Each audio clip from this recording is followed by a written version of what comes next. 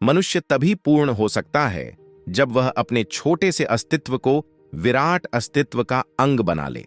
जैसे एक सुर अपने अकेलेपन में अर्थहीन होता है, लेकिन पूरे संगीत के साथ जुड़कर वह सुंदर हो जाता है, वैसे ही मनुष्य तब तक संतुष्ट नहीं हो सकता जब तक वह अपनी सीमित कड़ी को विराट से नहीं जोड़ता।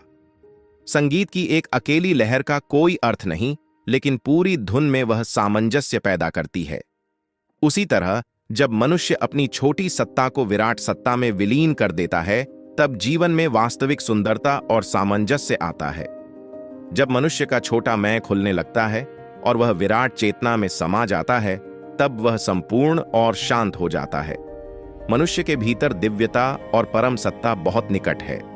जैसे ही मनुष्य शरीर और मन की सतह को छोड़कर भीतर उतरता है, वह उसी विराट चेतना के पास पहुंचता जाता है। जिस क्षण मनुष्य बाहरी परतें तोड़कर भीतर उतरता है, वह ईश्वर के निकट हो जाता है। मनुष्य को परम सत्ता तक पहुंचने के लिए केवल 2 परतें पार करनी होती हैं। 1 शरीर, 2 मन। इन दोनों को पार किए बिना परम सत्य तक पहुंचना संभव नहीं। शरीर को पार करना, मन को पार करना, यही साधना की 2 सीढ़ियां हैं। इनसे आगे जो सत्ता है, जो न बदलती है, जो साक्षी बनी रहती है, जो कभी वस्तु नहीं बनती, वही मनुष्य का वास्तविक स्वरूप है। ऋषियों ने कहा है, जो कभी वस्तु नहीं बनता वही तुम हो। वेदांत का मूल सूत्र यही है, जो नष्ट होने वाला है वह तुम नहीं। जो सदा साक्षी है, सदा चेतना है, वही तुम हो। जब मनुष्य यह जान लेता है कि उसके भीतर जो साक्षी चेतना है वही वास्तविक है, तो उसके जीवन की दिशा बदल जाती है। आत्मा का बोध होते ही दुख मिट जाता है, क्योंकि दुख अज्ञान में है और आनंद आत्मबोध में। आत्मबोध 2 द्वारों से होता है। पहला, यह समझ कि मैं शरीर नहीं हूं। दूसरा, यह समझ कि मैं मन नहीं हूं। सिर्फ दोहराने से यह झांत नहीं होगा। मैं शरीर नहीं हूं को बार बार बोलने से कुछ नहीं होगा। इसे गहराई से जानना होगा, अनुभव करना होगा। हमारे सभी पाप, दुख और विकृतियां इसी एक गलत समझ से पैदा होती हैं कि मैं शरीर हूं।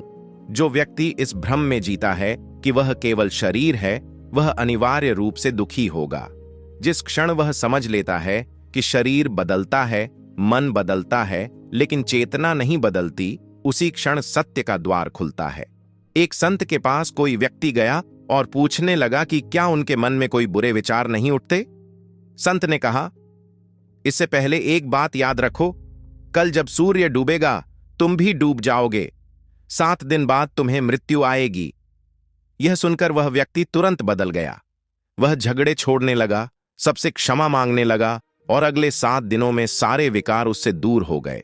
मृत्यु को निकट देखने से मन रुक जाता है, विकार का उठना असंभव हो जाता है। मृत्यु की निश्चितता से गहरा और सचेत बोध जागता है, मैं शरीर नहीं हूं। जब मृत्यु का भय गहराता है, तब यह जानना आसान हो जाता है। दूसरा चरण है, मैं मन नहीं हूं। मन चंचल है, दौड़ता है, भटकाता है, भ्रमित करता है। मन को मानकर चलना ऐसा है जैसे छलनी में पानी भरना। मन कभी किसी को लक्ष्य तक नहीं पहुंचा सकता। जो लोग मन के पीछे दौड़ते रहे, वे सब मिट्टी में खो गए। मन की गति का कोई अंत नहीं। मनुष्य को अपनी चेतना को मन से भी पीछे ले जाना होता है। जब मन भी दिखाई देने लगता है, जब मैं मन को देखता हूं, तब स्पष्ट होता है कि मन भी मैं नहीं हूं। धर्म, चाहे हिंदू, मुस्लिम, बौद्ध, जैन या ईसाई, किसी का भी हो, ऊपर ऊपर के प्रतीक भिन्न हो सकते हैं, लेकिन मूल सत्य एक ही है, ध्यान।